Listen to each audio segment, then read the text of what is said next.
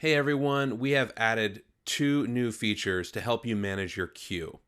If you're like me, you hook up some RSS feeds and you have filled up your queue. I mean, we're talking hundreds of posts, and we're going to make it super easy to keep that more manageable. Anytime you have even more than 80 posts, it starts to slow down the system, load times increase, your calendar takes a little while longer because it's calculating where all of those posts go out into the future. So I'm going to show you right now the two new features that are going to help you manage this. The first one is the bulk delete feature, and this is going to help you bring that massive queue down to size. And the next feature is going to help you not fill it up again. So as you can see, we have a ton of garbage posts in our test account. I've got 400 posts in my queue. So how do we very quickly reduce this down to a manageable level? Well, we've added this icon here. This is the bulk delete icon. When you click this, you get several options. So you can select a category and delete every single post in the queue that matches this category.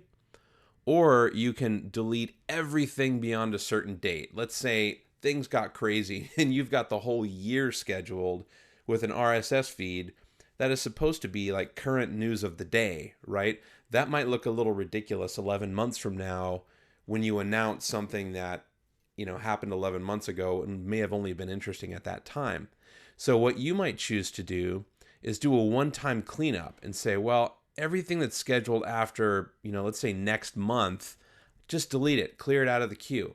So this is a great way to do that. You can also just say, you know what, I don't want anything in here anymore. And I'm going to demonstrate that one today just to show you how quick it is to remove 400 posts. Furthermore, I want to point out this is only deleting queue items. Anything that you took the time to set a specific time in the future for, it will not delete those. This is only automated queue posts that it's going to delete. And if you ever have questions on that, hover over the information icon and it will confirm exactly what will be deleted. So I'm going to choose all posts and I'm going to delete forever. It's going to ask you to click the button again to confirm because you cannot get these back. So right now it's working on it. It's going to try to remove all 400 of these, and it's done. Our queue is now empty. So in just a few seconds, we cleaned everything up. Now what I'm going to do is show you the next feature. So when you go into your RSS feed, you have a couple of options now. So I'm going to add a brand new RSS feed. So you'll notice now it says add the latest one post to the queue now. Then new ones going forward, but no more than 10 at a time. That's a little bit confusing, but it's really important. And I want to make the distinction right now how this new feature works. So when you first add a queue, we need to know what you want to pull in immediately. So that's the first question. And the second question is, going forward, we check every hour if there's a new post. Some RSS feeds will have 10 new posts just in the first hour. They're very frequently posting to that. Some will only have one every week. So we need to know how you want to manage that. So what we will do is every hour we're going to check how many posts you already have in the queue for this RSS feed. This is the number we're looking at. If you say 10, then we're going to make sure that you don't have more than 10. If you already have 10 posts in the queue that haven't been sent out yet, we're not going to pull anything in until you send enough posts to drop below that 10 limit. So I'm going to make this a really easy example. Let's say you have this set 1 and 1, which is my favorite, and I'll explain why in a minute. So if you have my favorite setting where you're going to add one post now and then new ones going forward, but no more than one, here's what happens. We are going to say, okay, we're going to pull in one right away. And then every hour we're going to check and make sure that that one post has been sent. Until that one post has been sent, we're not going to pull anything new in. What this will ensure is that you will always have a fresh post after you send the old one. Let's say it takes a whole week for that first post to go out. Do you really want 10 old posts lined up in the queue when it's not going to post until a week from now? What I would rather have happen is have that one post be there in a week. When that one post goes out, then it's going to pull in the newest post. That's important, that distinction. We will always pull in the very latest post when it's time for that to happen.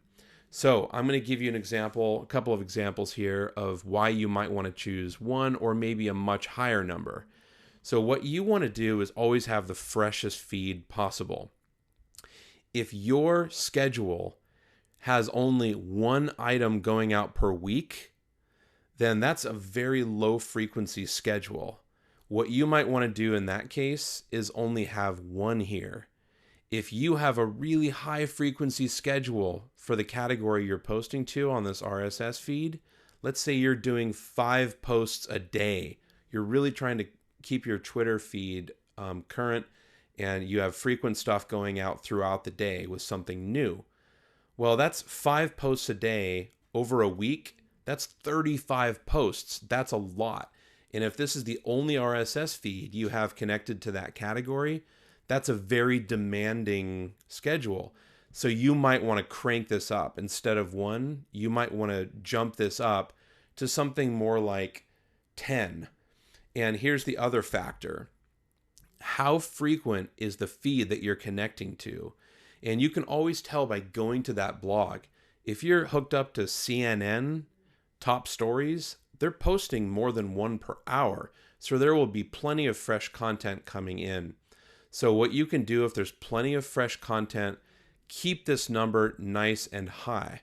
So if you have 25 posts a day, or let's say 35 posts a day with my previous example, 5 a day, 7 days a week, that's 35 posts per week. If you have a high frequency feed like CNN, there's plenty of content that's going to be piped in. So every hour we're going to be able to bring in fresh content. So you don't need to go crazy. You don't need to go super high. I would probably set a post like that up at 10. So the reason I can get away with only 10, even though there's 35 per week going out, is because it's such a high frequency feed. Let's take another example where I have 35 posts a week in my schedule. So that's the demand side. I need 35 posts, and if I don't reach that, I'm going to have some dead zones where posts won't go out at all unless I have enough content coming in. So now let's look at the supply side over here. If I'm connected to an RSS feed that only has, 1 post per day going out, then I might want to initially pull in 10, and then I might want to keep this at the max at 30. So it's going to pull in as much as possible because I want to make sure I've got enough content coming in where I'm going to be able to feed that hungry schedule and get as close to providing that 35 posts per week as I need. So remember that every RSS feed goes into a category. So if that category is being used by 10 different RSS feeds, that's another factor. You'll be able to reduce this and keep each feed fresher. It's much better to have 30 RSS feeds with only 1 coming in at a time, because what will happen then, and let's say you have 30 RSS feeds going into the same category of, let's say it's something new, like where we have, this is a test account, so these are all kind of nonsense.